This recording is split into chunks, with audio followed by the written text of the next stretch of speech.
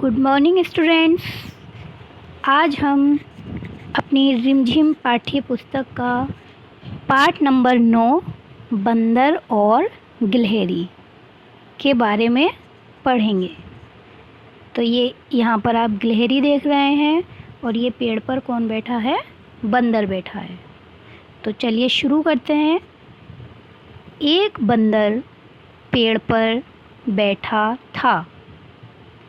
बंदर की पूँछ बहुत लंबी थी, इतनी लंबी थी कि ज़मीन तक लटक रही थी। जैसे आप यहाँ पिक्चर में देख सकते हैं तस्वीर में कि ये पूँछ है, ये क्या है? लटकी हुई है। ठीक, तो क्या है? ज़मीन तक लटक रही थी।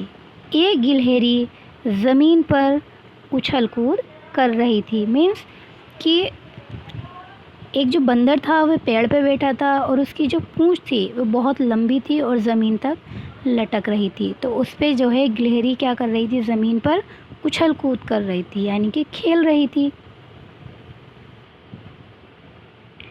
अचानक उसे पूँछ दिखाई दी। किसकी पूँछ थी? बंदर की। उसकी नज़र जो है वो पूँछ पर पड़ी। उसने सोचा यह झूला कहाँ से आ गया। उसने क्या सोचा? उसने बंदर को ना देखकर उसकी पूँछ पर ध्यान दिया और उसने सोचा कि ये झूला रस्सी जैसा कहाँ से आ गया। थोड़ी देर पहले तो नहीं था। उसने सोचा कि अभी तो नहीं था, इतनी जल्दी ये कहाँ से आ गया। वह पूँछ पर चढ़कर झूलने लगी। बंदर को गुदगुदी हुई, मतलब वह उसकी पूँछ को झूला समझकर झूल रही थी। तो बंदर को क्या हो रहा था? गुदगुदी हो रही थी। उसने नीचे देखा। किसने? बंदर ने। वह हंसकर बोला, बहन गिलहरी। क्या कहा उसने हंसकर? कि बहन गिलहरी, यह क्या कर रही हो? उसने गिलहरी से पूछा कि बहन तुम ये क्या कर रही हो? मुझे गुदगुदी हो रही है। उसने कहा कि मुझे जो है गुदगुदी हो रही है।